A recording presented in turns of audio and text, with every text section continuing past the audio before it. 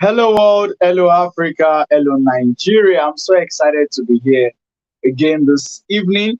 I'm going to be sharing with you certain proven strategies to help you scale up your productivity. And as a matter of fact, our topic for this evening's session says product procrastination to productivity. Proven strategies to always finish everything you start.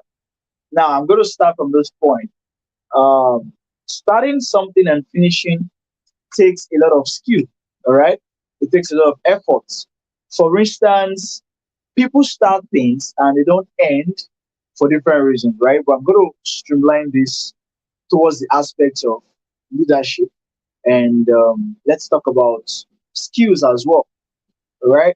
So you probably are an entrepreneur, and then you start a business, and then before you know it, you are feeling in some regards, and you fall out of energy.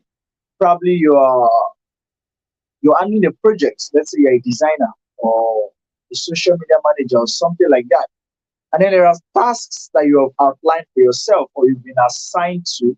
And then somehow you just find yourself lagging behind consistently. You're owing different clients projects. You can't deliver in time. All right, and different experiences like that. So this is just to tell you that it works at different levels, so whatever it is that you are struggling with, whatever level it is that you're finding it difficult to get a grasp, I'm going to be showing you very insightful strategies to help you in your journey. All right, are you ready? Okay, go to the comments and type your name and where you're watching from. Thanks for joining in. Tell me your name and where you're watching from. All right, this is very, very important. I'm just going to go straight to the point. So I'm sharing five major strategies with you. I could share tons of them, but for this night, I have handpicked five major strategies, and believe me, they are very, very practical and straight to the point. Number one, write this down: fear. Fear. Now, you may be wondering, so how does fear influences or affects procrastination? I'll tell you why and how. Whatever it is you are afraid of, like I tell my students and clients when we talk about addiction, whatever it is you're afraid of, you avoid it instead of approaching it. So if you have fears for any task, you have fears for a particular thing that you're supposed to be doing, you will realize that you don't find it exciting to do. Pardon me. Let me close my screen for you now. Right? I hope you can still hear me. Yeah. I need to I need to turn off the fan. Yeah, I need to turn off the fan. I think the sound is distracting me. All right, so sorry about that. So I said, whatever it is you're afraid of, you would avoid it instead of approaching it. So fear is a big factor for procrastination. So it could be a project you've been given, then you have this fear around it, right? You're not sure you can do it. You're not sure you have what it takes, the resources, the time, the skill, the expertise to actually do it. So you're scared, you're afraid. And so because you're afraid, you're going to avoid it. Now that's the fear of failure. So you're afraid that you're not giving your best. You're afraid that probably it's an essay competition you're supposed to enroll for, or a course or something. You're afraid that somebody else will do it better than you. You're afraid that you will not amount to what it is that you thought you would. So you could be afraid of different things. Sometimes you could even be afraid of success as well. Now, this fear of success contrasted with fear of failure are similar, but here is how fear of success works. So, for instance, you have been trained or you grew up in an environment where people look down on successful people. They think they are proud, they think they are overdue. So, if you grew up in an environment where failure is celebrated or nobody seems to really rise like that, so you have this, I don't want to call it natural, you have this default, yeah, that's the right word. Thank you, the spirit. You have this default mode of, oh, I don't want to offend anybody. I'm just cool this way. So to you, mediocrity is excellence. And then you think it's normal because nobody around you really does something extra So every time you want to do something extra, there is a default system in your mind shutting you down. You can't aim high. Even when you try to do something that somebody else in your environment or locality or family or social status or whatever your environment is, you feel like you are aiming too high. You feel like you're overdoing. So let's say, for instance, you want to write a book. You find it very difficult to actually write that book because you are afraid of success. You're afraid of what people will say. You're afraid of, oh, the attention will now be on me. All of those things. You don't want to offend somebody, especially if you are in Africa. And then there's this thing in many African families where if you're the younger sibling, people don't want you to not, I mean, some African communities anyway, they feel like if you're younger, the people who are ahead of you should succeed before you. Let's say, for instance, marriage. So they feel like those who are ahead of you should get married before you. So if you have that kind of environment, you would not want to do anything that can really scale you ahead of other people who are your seniors or who are above you in age or some regards. All right. So fear of success, fear of failure, these are two major fears that hold people down from being productive because you keep pushing those tasks ahead, you keep pushing them aside, you keep making excuses because you don't think you're good enough, you don't think that you deserve it. All right, so these are things that you should watch out for. And if you struggle with this, if this is the reason you're not productive, then I think you should sit down, identify all of those fears individually, do a self diagnosis, understand why you're scared of that thing, understand why you are afraid of that particular fear, and then you fix it. If you need to speak to a counselor or a therapist, please do, so that you can find tailored help. All right. I think that's that. So number one, I said what fear? Fear of success, fear of failure, and all of that. And number two, fear, I like to say this, perfectionism. Perfectionism is that state where you are giving too much attention, too much time, too much effort, too much skills required for a particular task or project. So, for instance, you have a design job and then you're spending 4 hours on just one flyer. That's perfectionism. Not to say that you should not research. I'm not saying you should not give in your best, but there's a difference between excellence and perfectionism. I'll do a different video on that, but let me highlight one of the things there. When it comes to perfectionism, you are putting out too much effort, too much time required for the outcome or results that is needed. So let me make you understand better.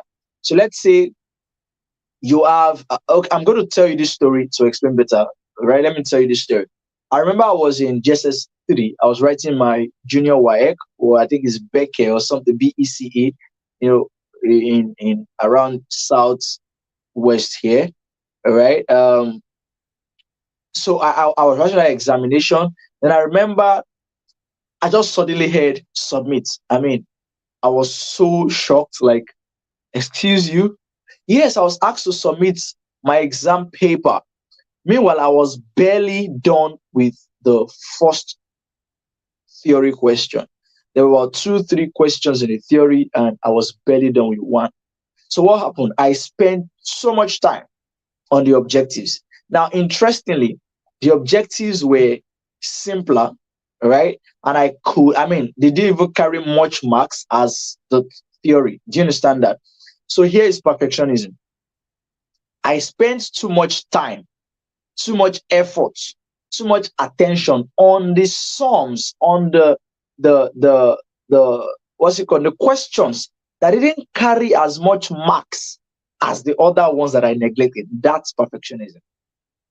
You want everything to be sparkling perfect, which is not a bad idea, but the point is you're doing it to the detriment of other things. So, for instance, if you're a boss or an employer, you'll be creating a hostile environment in your workplace because the people you're working with are not robots.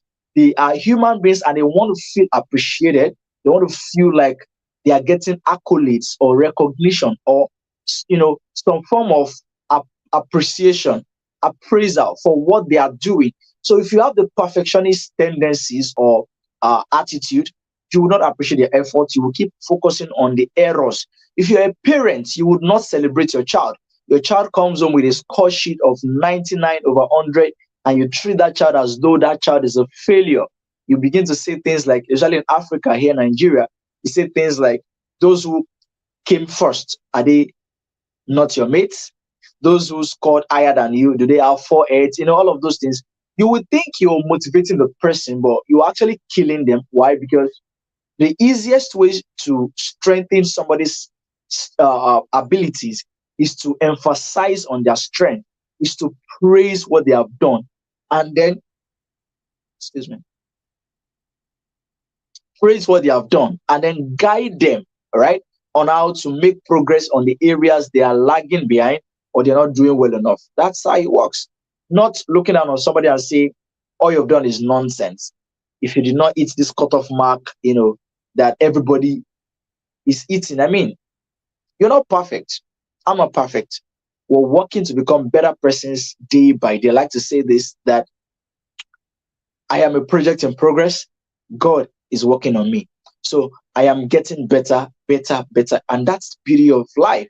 So don't be a perfectionist. So if you're a perfectionist, you're going to procrastinate because you figure out that you will not have enough time. So you want to buy more time, and then you're pending the task. Something you should have just done and move on.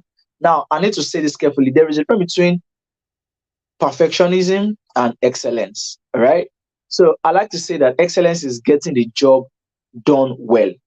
Perfectionism is getting the job done well, but using too much resources than necessary. Does it make sense now? You're using too much resources than necessary. You're spending too much time than necessary. You're using too much opportunities than necessary. This happens to so many people who organize conferences. Somebody is hosting a conference of 4 hours, and they have speakers up to 10. It's perfectionism. They want everything to be perfect. So they gather too many resources than necessary. They gather too many machinery. I was guilty of this. I remember a particular conference I did one time ago. I had about 5 or 6 speakers, and we're just few hours. So I'm saying this out of progress. All right. I've been there. So understand what I'm saying. So don't be a perfectionist. Don't wait for everything to align before you start. Start and make progress. Give yourself room to learn. If you want to be perfect, you are shutting down your channels of growth.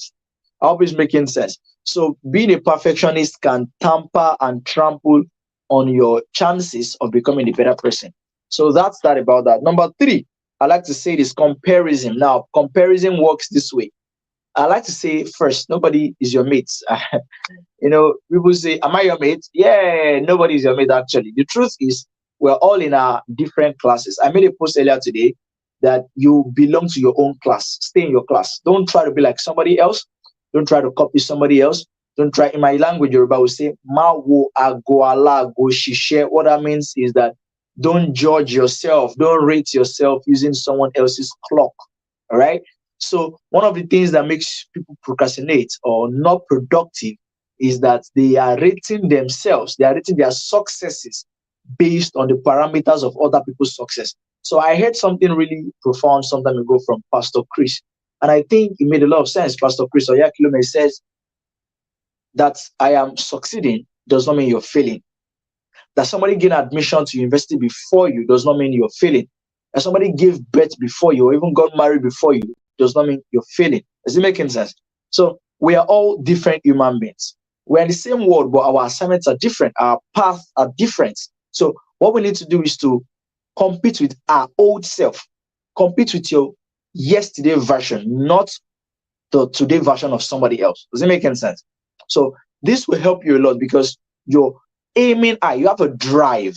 There are people who come online, designers say, people post their own graphic design, projects, and then they can't post theirs because they feel like, what else is there to post? Somebody has done it already. So they just lock up, they shut down, and it doesn't make any sense.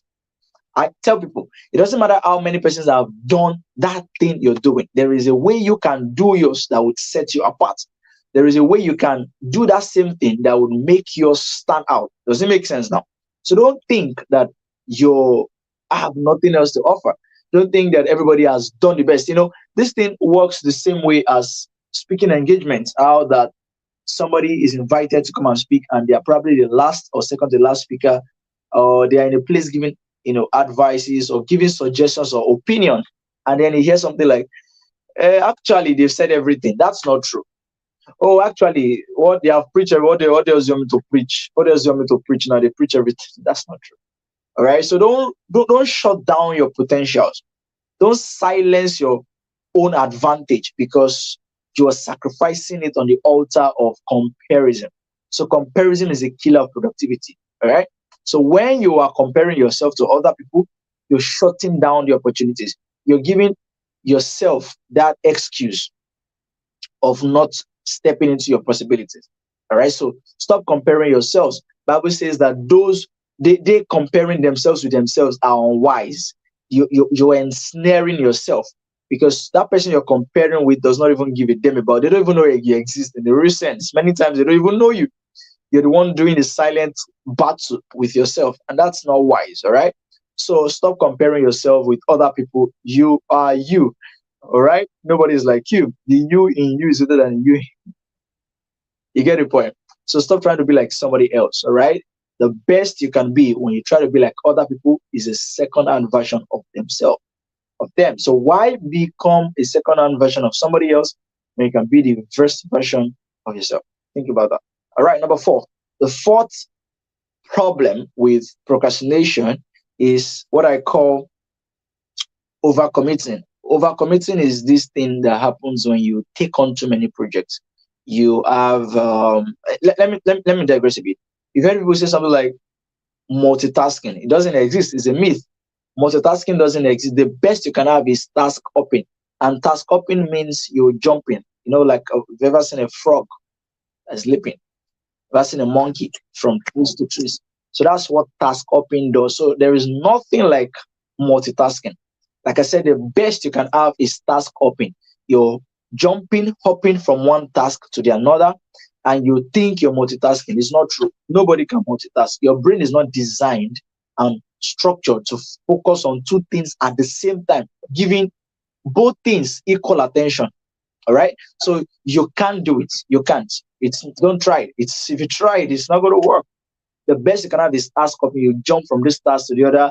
Most times, leaving them undone. You can understand what I'm saying. There are people who buy online courses and there was a picture I saw online sometimes. It was like a meme. How that somebody picked an apple and ate it at different parts, different parts, and dropped it. That's so many young people do with courses they buy, with the stuff they study, trainings they get access to. You study chapter 1, you read a book, chapter 1, chapter 2, chapter 1, chapter, and you leave it. You never complete any of them. That's not how to make progress. There are books you need to read back to back, 3 times back to back. Is it what I said?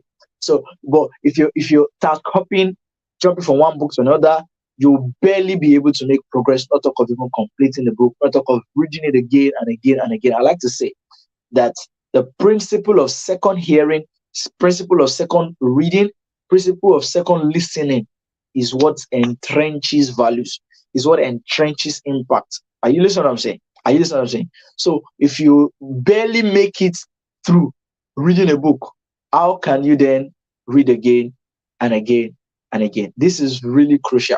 And I hope that you take it very seriously. So avoid overcommitting. Don't read too many books at the same time.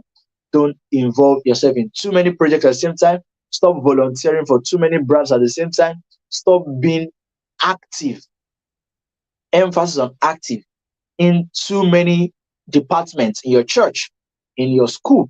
And if you're thinking that I am saying this because I don't like church or whatever, you're joking, because the person speaking with you was involved in church leadership throughout my entire stay in the university. So I know what I'm talking about. All right. I know what I'm talking about. My name is Stephen Oluyemi.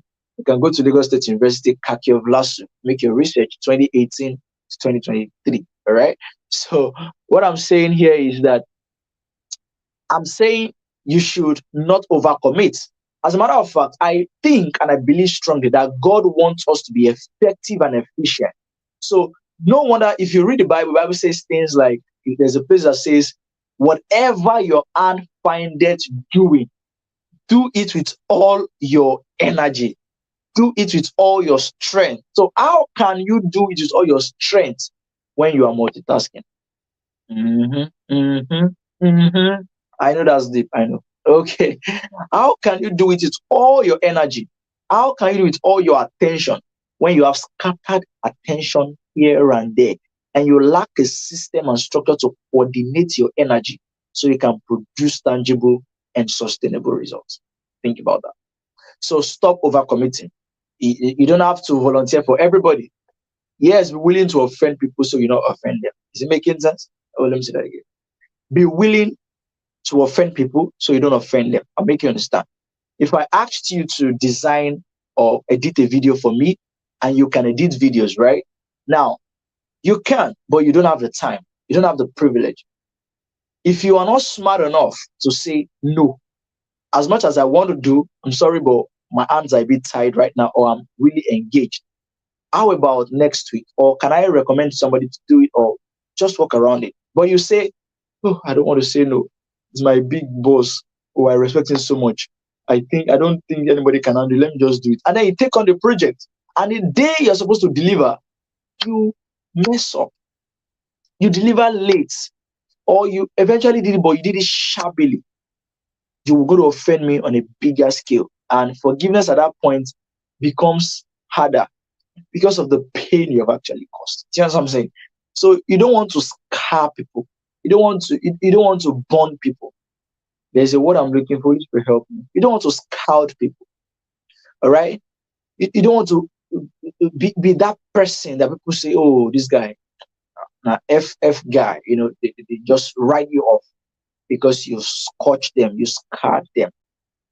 Probably, there are people who were promised good media on their wedding day, and at the end of the day, the camera guy did not even put a memory card, he was just snapping empty. They give you a project and you say, oh, I can do it. Now do it. You've wasted time they would have probably even done it themselves or hire somebody else. But because you could not say no, maybe because of the money, maybe because of some favor you're trying to get, maybe because you're trying to impress, who not send you. You went to take up projects and then it's time to redeem it. You can't live up to it. Look at yourself, right? So this is not to judge you, all right? I'm telling you so you can avoid it and turn a new leaf going forward. Does it make sense? So overcommitting is a very, very big problem that can hinder your procrastination, that can strengthen your procrastination and hinder your productivity. Does it make sense? So the last one, before I wrap up, the last problem that I think is important and I want to share this night around procrastination is what I call outsightedness. I'm going to explain. Outsightedness is simply this scenario where you follow the saying that says out of sight is out of mind. So most times there are people who they are with you as long as you're with them. But when they are out of your presence, they forget everything about you. Somebody tells you, I'll call you tomorrow. Oh, this I'll bring this, I'll do it tomorrow. The moment they leave your presence, they forget. All right. You tell somebody I'll do this for you, and then the moment you leave them or they leave you, you can't remember anymore. So that's yeah, outsightedness. All right. They're not there. So this in fact, this is like the simplest thing to do. And I like to emphasize that as a wrap up. Look, one of the easiest ways to ensure that you don't forget things you do or you're committed to is to remember, intentionally remember. And how do I mean? Set up structures and systems that will remind you. You see, pride goeth before you fall.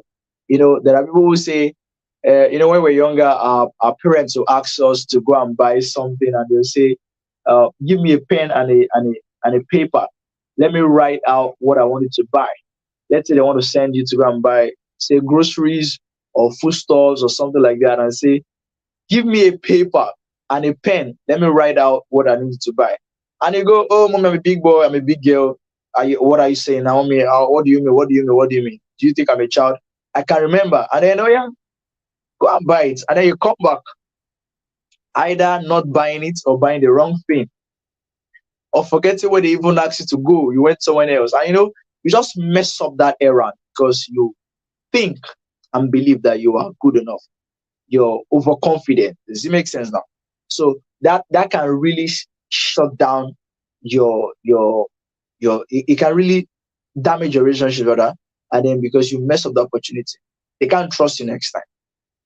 Even when they want to, they doubt you because you think you know everything. So I like to say this: the dumbest pen is sharper than the brightest brain. I'm going to say that again. The dumbest pen is sharper than the brightest brain. So here's what I need to do: learn to write things down.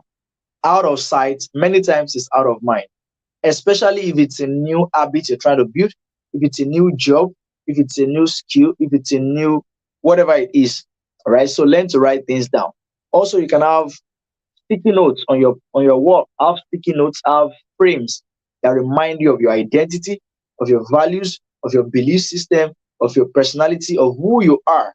You can get a frame and surround it with the frames of your role models or your mentor. Get their pictures put into a frame. Get a photographer to help you enlarge it, and just put it around your pictures.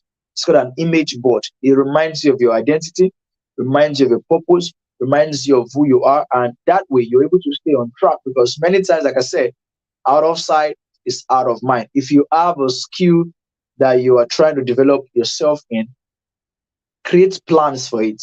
Don't just say, I'm going to get better. Have a plan for it. Stop operating off edge. All right. Have a structure around your life. Set alarms. Use alarms. Reminders. These are all systems that can help you. If you have a friend, intimate your friend. Oh, I have this project coming up. Oh, I have this book coming up. I like to do this as well. If you have an audience online, reach out to them. Tell them, oh, guys, I'm working on this. They can help you. They can be your accountability partner. Just create a system around you that can help you facilitate the results you're trying to get. So, my friends, these are the 5 things I thought to share with you, and I believe it has been helpful so far. So, I'll do a quick recap as I wrap up. Number 1 is fear. Fear of success, fear of failure can limit you and tie you down from being productive. Number 2 is perfectionism. You want everything to be perfect before you even take a step. You don't want to see any room for improvement at all. You want to be perfect at once, forever and ever. You are a human being, all right? So you continue to become, all right? It's a state of mind. It's a state of living. So it helps you to grow and develop. Number 3 is comparison. It's a trap. Don't compare yourself with other people. When you compare yourself with other people, you limit your potentials, and then you can't do anything because you feel you've done everything. You know, you feel like, what else is there for me to do? They're better than me. That's not true. Nobody's better than you. People can do better than you, but they are not better than you. That's a very, very powerful truth right there. I hope that makes some sense to you. All right, number 4 is overcommitting. Stop overcommitting. Stop overcommitting. Stop taking up too many projects. Stop volunteering for too many people. Stop belonging to too many departments in your office.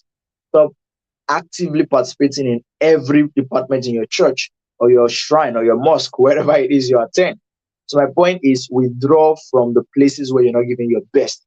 God wants you to give your best. He wants to give your best. And when I say your best, it means your optimum. All right. He wants you to do your best. All right. So like I like to say, do your best and leave the rest. That's how you make progress. Not saying, oh, mini savior, I must be. I used to be guilty of this thing. So I used to be there. I mean, if you knew me when I was on campus in University of Lagos, Taki of Lasu, if you are a new member, let me say this first. If you're a member of the church and you don't know me, you are not a member. I mean, I won't say I was popular, but I was everywhere. Let's use that word. I was everywhere. I was everywhere. And it was not even because I was trying to be proud. It was not because I was trying to be seen. I was not lobbying for everything. Positions don't freak me, right? I like to be a leader, right? But leadership is not about position. So I was not doing that because I wanted to be noticed. I was doing it because I felt like I can do it. And yes, it's true. I can do all things through Christ that strengthens me, but there is wisdom that needs to guide, right, and train your zeal. When zeal is not trained by wisdom, it ends up in destruction and frustration. So to your zeal, my dear friend, add wisdom. So don't belong to every department so that you can give your best. The Bible says, whatever your hand findeth doing, do it all your strength. Like I said earlier, you can't do it all your strength if you're everywhere and doing everything at the same time. Ladies and gentlemen, that's my time. Thank you so much for coming around to listen to what I shared about productivity, procrastination to productivity. These are proper strategies that will help you a lot to start something and finish through with it. All right. Thank you so much. I'll see you some other time. I'll be dropping more videos on my YouTube channel. Ensure you watch and share with other people so they can learn as well. Thank you. I love you so much. And I believe that this has been worthwhile. All right. If you have questions, please drop in the comments. I'll be waiting to respond to you. All right. If you have anybody around you who needs to learn and understand these things, please don't hesitate to share with them. If you struggle with any addiction, pornography, masturbation, drugs, alcohol, reach out to my seller store, check out my resources and programs, enroll into anyone that is suitable for you. You can also opt in for my one-on-one session, right, of the basic, standard, and executive plan. Check it around, and anyone that works for you will enroll. So that's it. Then, if you're struggling with smartphone addiction, my course on seller is also there for you. If you want to understand how to step into your purpose, all right, and transform your life, you want to renew and reinvent your mind into enroll into my EAT program, all right, just check around this video. There's going to be details around that so that you can step into the program and start creating results for yourself in your personal and professional life. Thank you so much. I'm so excited you're here. God bless you. I'll see you some other time.